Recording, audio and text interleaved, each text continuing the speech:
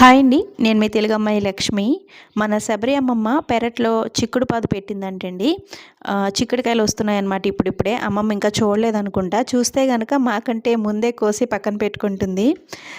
ఇప్పుడు నేను ఈ చిక్కుడుకాయలు కోసుకుని అమ్మమ్మ దగ్గరికి తీసుకువెళ్తానండి. అమ్మమ్మ చూడండి ఎంత హ్యాపీ ఫీల్ అయిపోతుందో.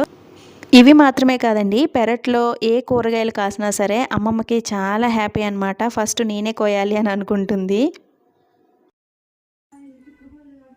అమ్మమ్మ అమ్మా ఏంటా చిక్కుడుకాయలు చిక్కుడుకాయలు ఎక్కడయా కోసని మనయే, మన పాది బయట పాదివి అవి అయిపోయినాయా?